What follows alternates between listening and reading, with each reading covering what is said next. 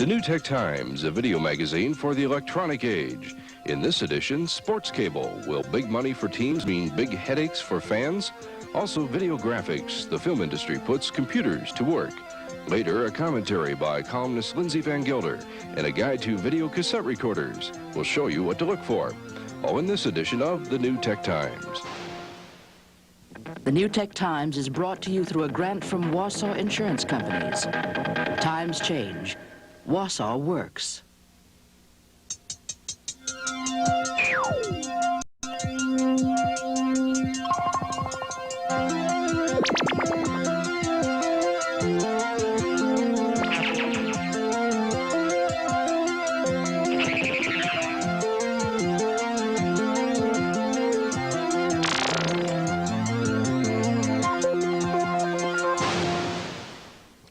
Hi, I'm Nicholas Johnson.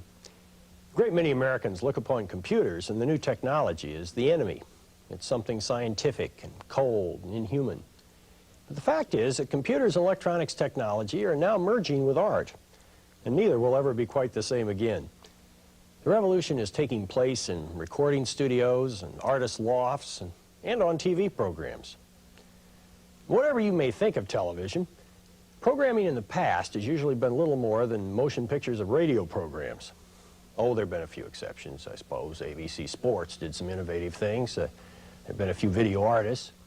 But mostly television has remained undeveloped as an art form. Now all that's changing. You know that opening animation that we use on this program? Did you ever wonder how it was put together? Well, so did I. And we're both about to find out.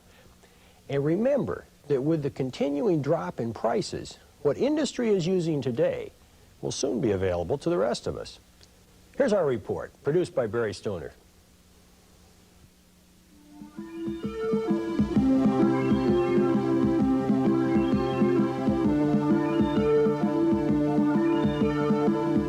These are illustrations by Paul Zander. They could have been created by paint and brush on canvas, but they were not. They are electronically generated images. They were produced at the New York Institute of Technology with a digital pen, an electronic tablet, and a computerized palette. Here's how it's done. Some of the basics of the machine is the fact that the pen has an antenna and a microswitch. And the electronic tablet is filled with wires, horizontal and vertical. The pen, when you get the antenna close to the tablet, you get a cursor on the upper screen. So that shows you where you're at. And that terminal holds the menu, so you think of the terms as buttons, because every time I press down on the pen, something happens. And the lower monitor carries the picture. Now, to select colors, all I have to do is take the cursor, touch the color I want to use, and the palette disappears so I can work under here if I want to. But now the color's in the pen, and you simply draw with it just like any other pen. And when I want the palette to come back, I move the cursor off the bottom of the screen and then pick another color. Also, I have a fill button. Now, this allows you to pick up colors from the screen and fill areas solid or enclosed. Now, of course, this is much faster than paint. And say I want to look at some more color schemes, all I have to do now is to go in and ask the computer for some ideas. And so automatically, I'm going to come up with 255 more color schemes.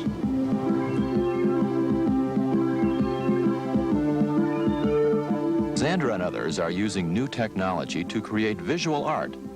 A traditional animation process could have been used to create the opening sequence for the New Tech Times, but it was not. This animation was produced with the help of a computer. One drawing is recorded at the beginning of the action. Then at the end of the action, another drawing is entered. The computer fills in all the drawings in between the beginning and the end of the action. The artist can even control the speed of the action at the touch of a button. Another time-consuming process in traditional animation is the painting of each cell. With a computer, it's as simple as touching the electronic pen to the tablet. The look of traditional animation can be preserved, even though, as in this case, it's generated electronically. In the future, the illusion of three-dimensional animated worlds may be commonplace, as computers bring new possibilities to the electronic artist. But when it comes to creating strange new worlds through visual illusion, few can compete with the success of John Dykstra and his team of visual magicians at Apogee Studios in Los Angeles. They created the special effects for the first Star Wars, Battlestar Galactica, the first Superman movie, and many other films and commercials. We use all manner of high technology, and it's really fun. I mean, for most people to come into contact with as much technology as we come into contact with on a daily basis, they would have to run 20 different companies. So this is excitement, and it's got a little magic in it, and it's got little movies in it, and I love recording images, and most of these people love recording images, so I don't know, it's kind of a super garage with a way to maintain itself. To create these illusions, a computer is used to control the movement of the camera so precisely that multiple images can be combined to create satellites rushing through space or a computer's eye view of its operator. Although Dykstra's special effects have been spectacular, he puts them in perspective. Effects always are an element of storytelling. That's all they are. So, I mean, the magic, the illusion isn't there to stand alone. It isn't to impress people with what magic tricks you can do. It's to tell a story. And when it comes to the role of new computer technology in the creative process, John Dykstra may speak for many visual artists. You can give somebody the most sophisticated device in the world, the capabilities of which are enormous. A computer is a perfect example of that. And some people will make, you know, great things out of it, and other people will try to duplicate things they've seen done in other mediums, and other people will take that device and make, you know, they'll make doilies that are terrible doilies. I mean, a good doily would be good, but a terrible doily is, you know. So I think it's a tool. It's like anything else. In these new tech times, the artist, the animator, and the movie maker will find the computer a useful tool, but it will never replace the magic of the creative process.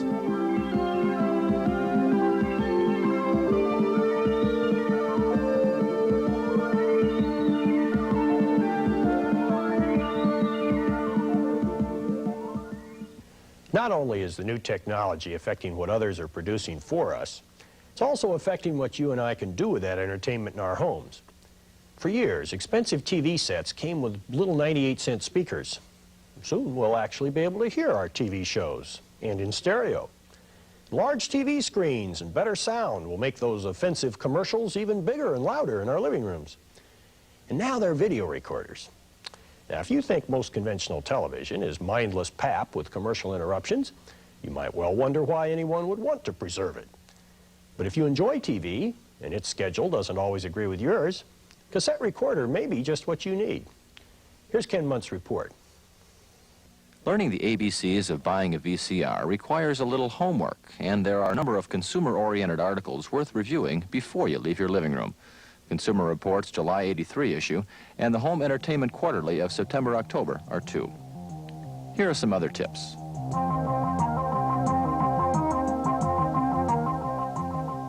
Number 1, learn the difference between VHS and Beta, the two formats for home recorders. VHS is more popular, so there are more pre-recorded cassettes, movies, concerts, and so forth on the VHS format. That's important because you can't play a VHS cassette on a Beta machine and vice versa. Beta tapes do have one advantage, however. They produce slightly better picture quality. Number 2, know what you want before you go shopping. As electronics writer Jane Wallman explains, salespeople have been known to convince a customer to step up or buy more than they really need. You might also be aware that some retailers at certain times get bonuses for selling certain brands, so that you might come in and ask for a certain brand and he might try and switch you to another one for his own gain. And he may try to make it appear that this model is best for you when in fact it's really best for him.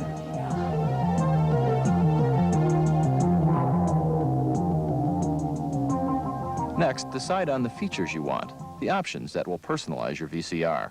Items like remote control, programming time, on-screen search, or cable readiness.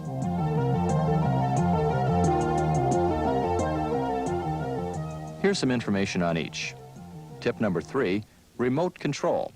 That's the device that allows you to sit back, put your feet up, and let your fingers do the fast forwarding.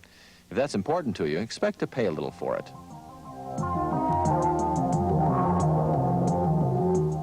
Tip number 4, programming time. The simple basic VCRs allow you to pre-program the machine to record one show in a 24-hour period. If you travel frequently and don't want to miss some of your favorite shows, the more expensive models let you record as many as 8 shows during a 2-week period. Again, you'll pay more for this.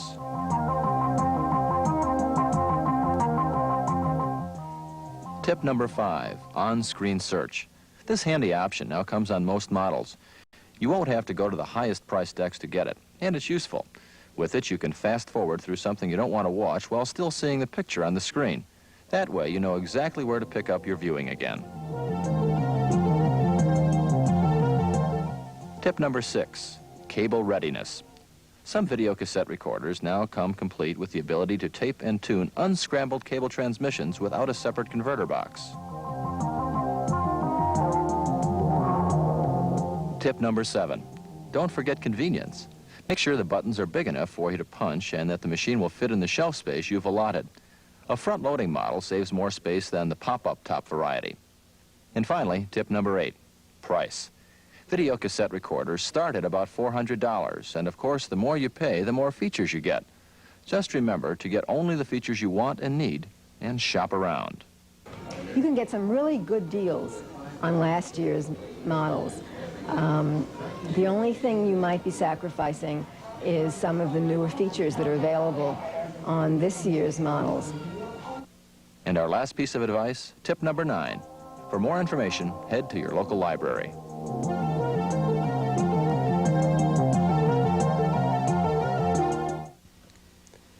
I recently bought a video cassette recorder.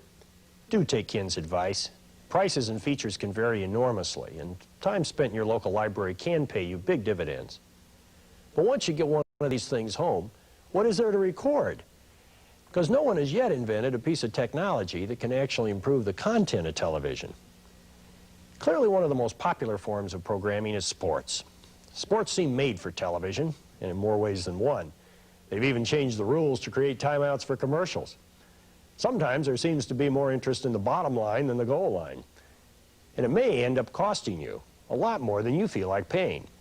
Gary Probst has this report on cable sports networks. He didn't, and Schmidt still hits it out. 6-2 ball game. Mike's second home run of the night. 32nd of the year. He got an off-speed pitch, and he jumped on it. 6-2 ball game. Padres lead. Mike Schmidt is one of the highly paid superstars playing for the National League champions, the Philadelphia Phillies. Philadelphia is becoming a successful sports city. The 76ers basketball team holds the NBA title. Opponents claim the Sixers bought the championship by shelling out a reported $2 million a year for center Moses Malone. There's a lot of money in Philly for sports figures. Much of that money comes from fans who pay for a cable sports service called Prism. Prism Sports presents Showdown 83, the NBA Eastern Conference Championship. Tonight, Game 5, the Philadelphia 76ers versus the Milwaukee Bucks. Prism has over 350,000 subscribers. It's the largest regional sports channel in the nation. That's in spite of the fact that the city of Philadelphia has yet to be wired for cable. Prism generates about $4 million a month in gross revenue just from the suburbs. People pay between $10 and $12 a month. Prism is a joint venture of the owners, the Phillies, the 76ers, and the Flyers hockey team. The man in charge of Prism is Jack Williams. He says the cable money helps the teams and the fans. Teams must look for every source of revenue that is available to them. In effect, if a pay television operation can pay a baseball or a basketball or a hockey team the kind of revenues that will allow them to attract winning players, maybe the fan has been given a gift there because now they can follow a winner rather than one that, maybe has not been doing that well. Prism's success is prompting other team owners across the nation to set up their own sports channels. At least 22 of the 26 clubs in Major League Baseball will have some kind of cable contract by next season. It means more games for the fans who are willing to pay. It also means that fewer games will be on free TV. The same thing is happening for basketball. In Philadelphia, Channel 17 carries away games for the 76ers. But the manager of the station says Prism could easily outbid him for the broadcast rights. if the owners decided to cut his station out of the action. It's conceivable that there will come a time when pay cable will be the only place where you'll be able to see a major event like a world championship, like a Super Bowl in football, like the NBA championship basketball or the Stanley Cup in hockey, because of the potential in the amount of money that they could pay for those rights. That's a distinct possibility. Shubin claims that sports will change drastically if all professional games are put on cable. He can envision disgusted fans staying away from events and refusing to buy the service. A spokesman for the 76ers says it's possible that someday professional teams may be playing before a small studio audience. By and large, the players would certainly prefer to play before many, many people. However, the players are bottom line oriented, and we've seen that in this day and age of free agency. So if it meant that by playing in front of a cable audience of 2 or 3 million people as opposed to playing before 20,000 was going to put more bread on their table, I think the players would accept the bigger paycheck and swallow whatever disappointment they had at the size of the live gate. Owners of the teams and cable services admit that fans may not be pleased with having to pay for sports programming. Their hope is that the average fan will stop complaining long enough to mail in the monthly check. Maybe there will be some of those people who will not be able to afford that $10 to $12. There are some of those people who cannot afford to buy a ticket to a baseball game.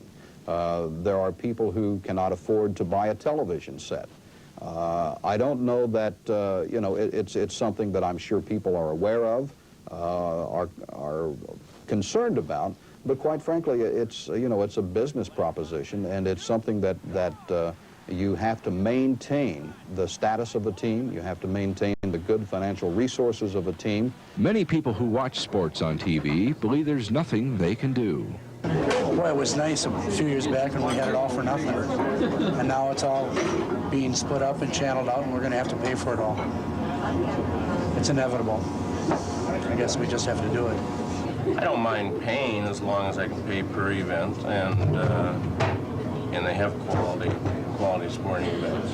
I wouldn't want to pay a monthly bill where you have to pay regardless of whether you're watching something or not. But one fan believes people should strike back. Former NFL Players representative Ed Garvey says when a team owner controls the cable sports channel, that's a game of monopoly. Garvey predicts the real pinch for dollars will be put on viewers in 4 years. That's when the NFL contracts with the TV networks expire. Garvey says football will go on cable. That could mean some hefty monthly charges for armchair quarterbacks. Well, the NFL sees billions of dollars in cable television down the road. And the battle that is taking place now between Pete Rozelle and Al Davis is really over the share of the Los Angeles cable television market, not over the commissioner's concern for the fans of Oakland. And several years ago, when the league was negotiating with the networks, it threatened to set up its own television network for sports. And I think that's their hope 4 years from now, that they could have their own television system sharing with baseball, basketball, and hockey, and charge the viewer for every program that the viewer watches. Garvey says the 1982 players' strike was based on cable revenue projections. The players want a cut of the cable profits for each team.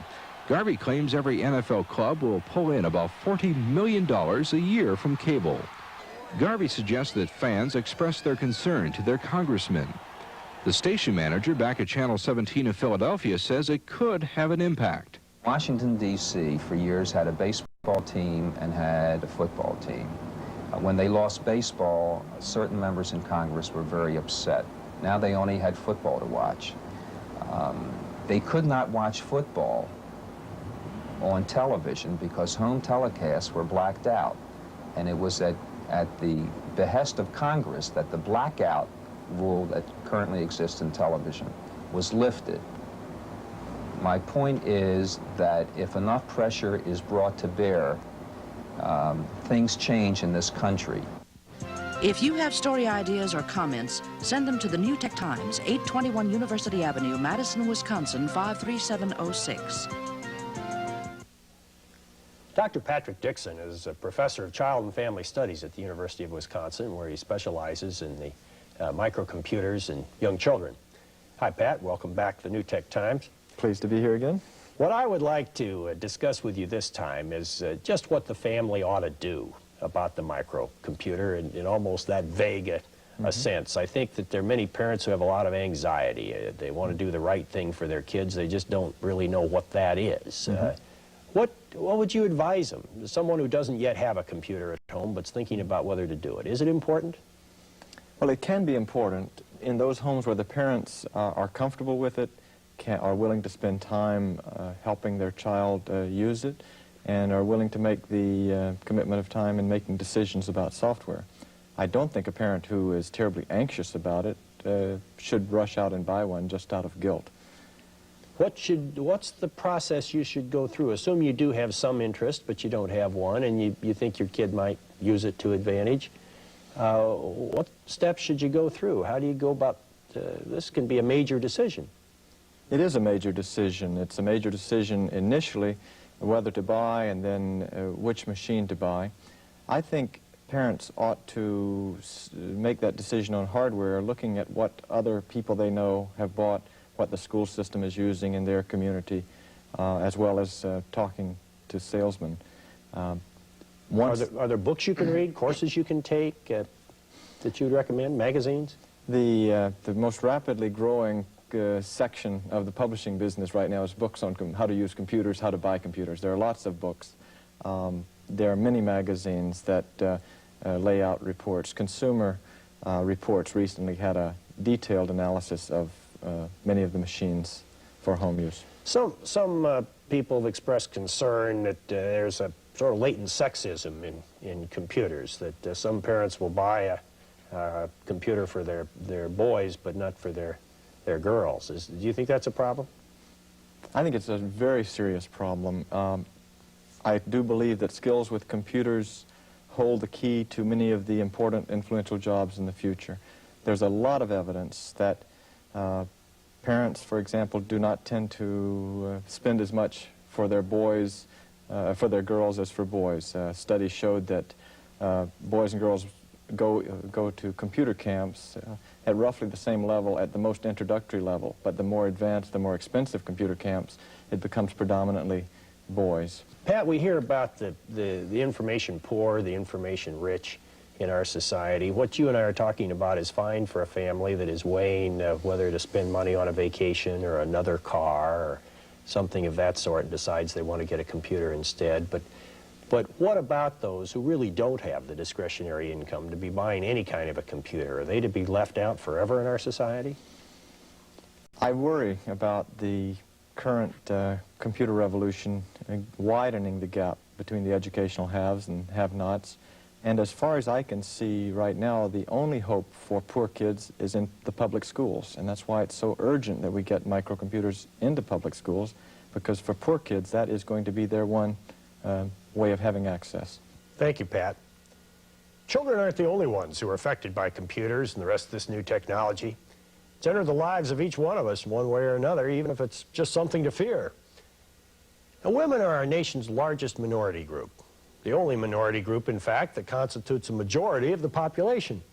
The only minority group that's still paid less than 2/3 the wages of men for the same work. And computers are creating a special set of considerations for women, including some pluses that may surprise you. Here's this week's guest commentator, Ms. Magazine columnist, Lindsey Van Gelder. Well, I think, first of all, we have to say that probably a lot of people, male and female, are pretty terrified of these machines. I read one survey that showed that something like 5% of all male executives, when confronted with an Apple computer on a desktop, would break out into a cold sweat and literally want to throw up. I think the difference between men and women is that men are really socialized to be macho. There's a lot of negative sides to that, but in this instance, I think men maybe more think, gee, this is something I really have to learn about, and so they kind of grit their teeth and do it. One of the things that's kind of interesting is that even though women start at a disadvantage in terms of being comfortable with computers, executives don't type, and women do. And I kind of find this poetic justice that once you get a woman in front of a computer, she will often really jump ahead of a man who is sitting at the next console because, you know, she's not scared of typing. I like the idea that computers are kind of an extension of your brain.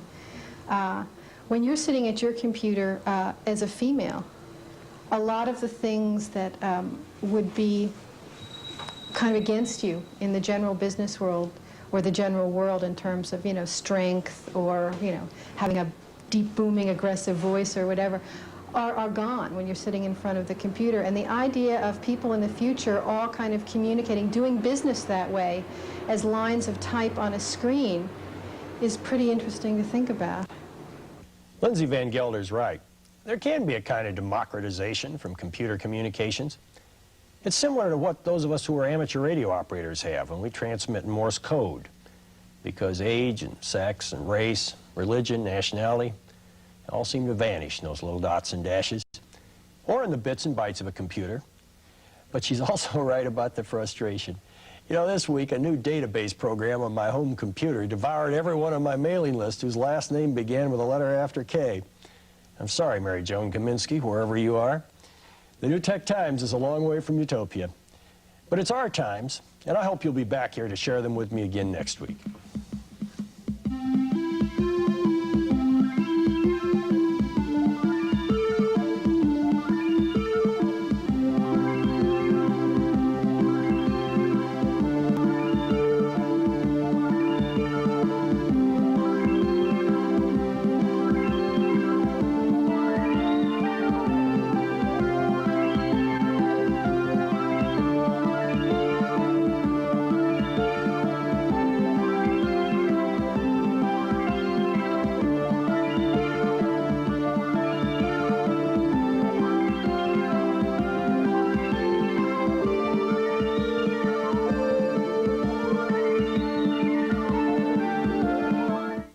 The New Tech Times has been brought to you through a grant from Wausau Insurance Companies. Times change. Wausau works. For discount information and your free copy of How to Buy a Home Computer, send $1 to The New Tech Times, 821 University Avenue, Madison, Wisconsin, 53706.